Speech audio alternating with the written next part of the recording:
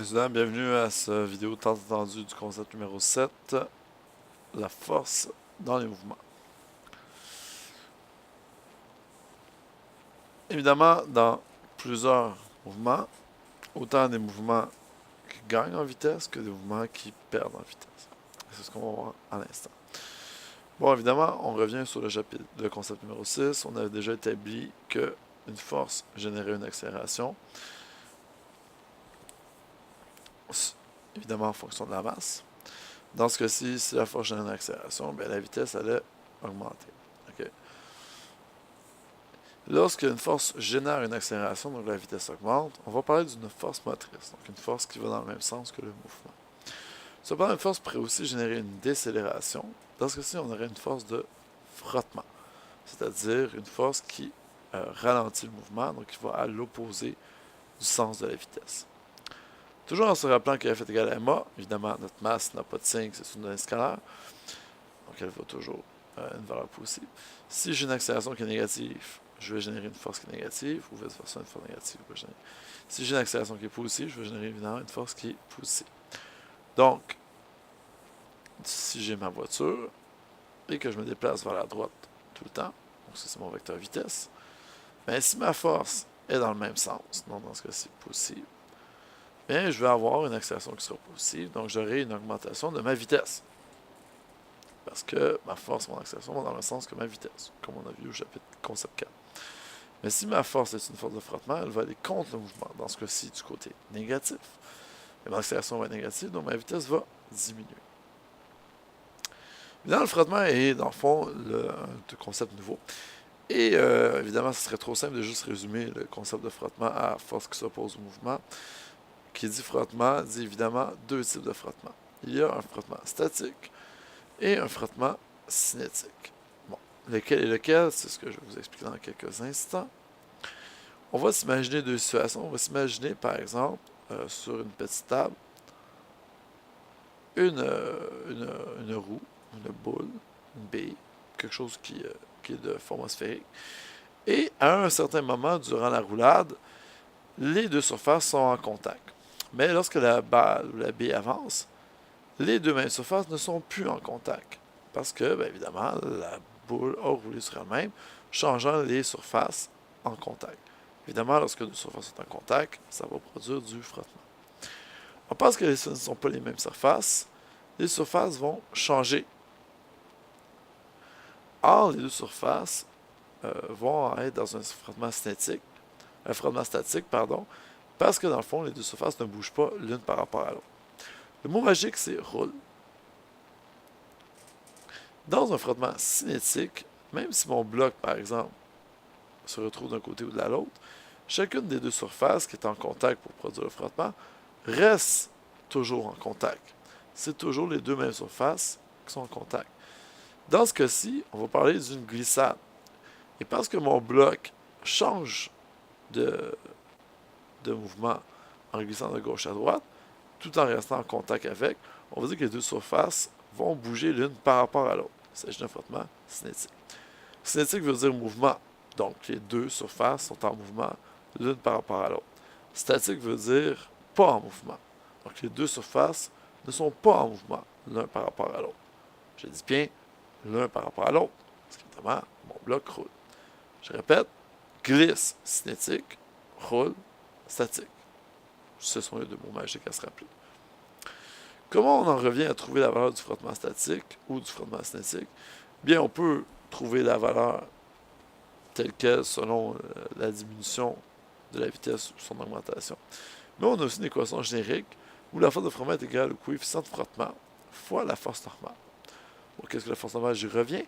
Mais mon coefficient cinétique ou statique, dépendamment du type de frottement de la situation, va être une valeur comme telle établie que je vais bien vous donner dans le cadre de l'examen.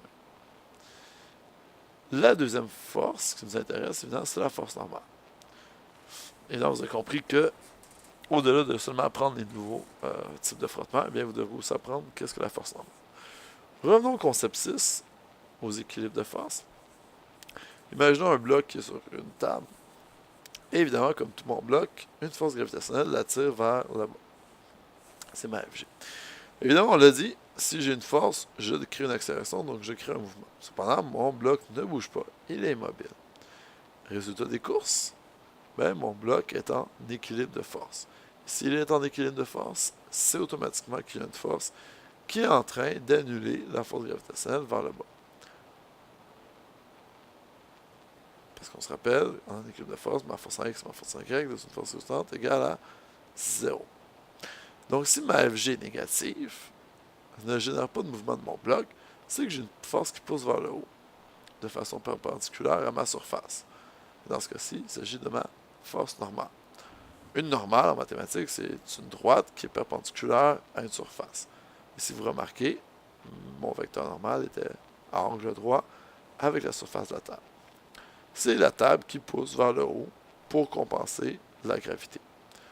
Si la table n'était pas capable de fournir la force normale nécessaire, eh bien la table plierait et se casserait tout simplement. J'aurais brisé mon inertie à ce moment-là.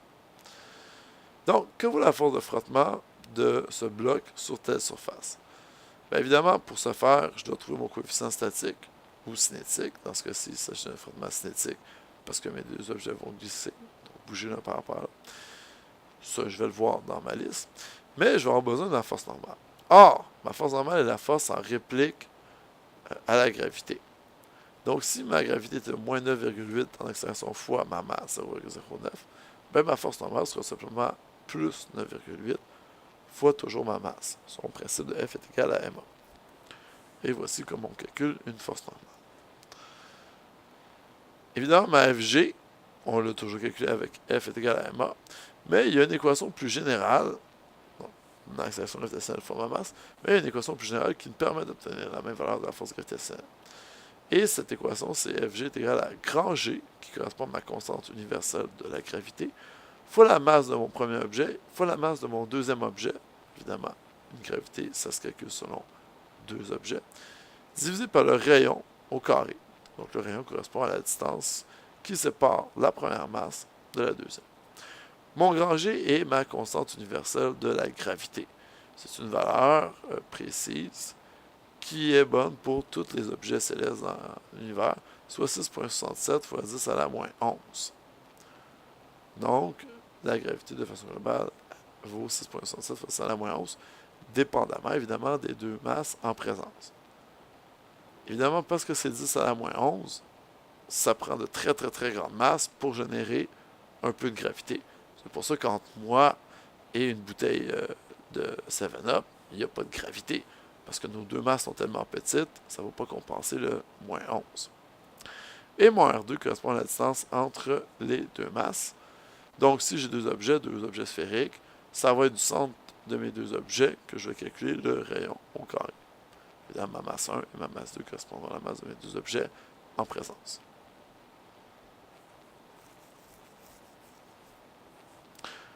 À l'examen, la constante universelle de la gravité vous est donnée dans vos feuilles de formule. Donc, vous n'êtes pas tenu de l'apprendre par cœur.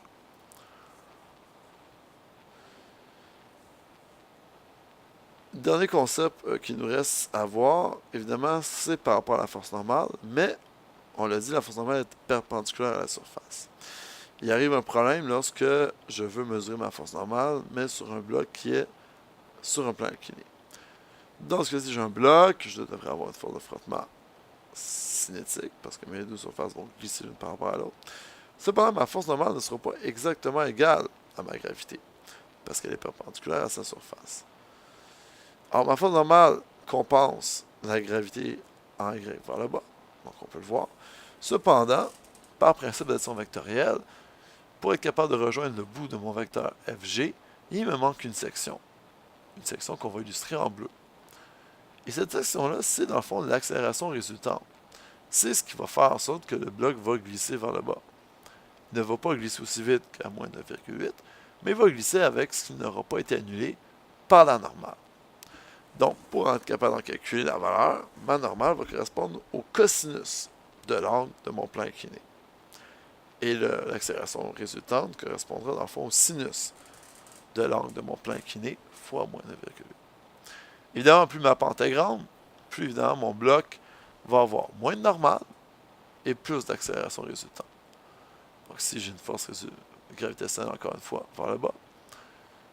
Parce que ma normale est toujours perpendiculaire à ma surface, on verra que la valeur rattachée à ma normale est beaucoup plus petite que dans le premier exemple. Et que mon accélération résultante va être beaucoup plus grande que dans ma première situation. C'est normal. Plus mon objet est incliné,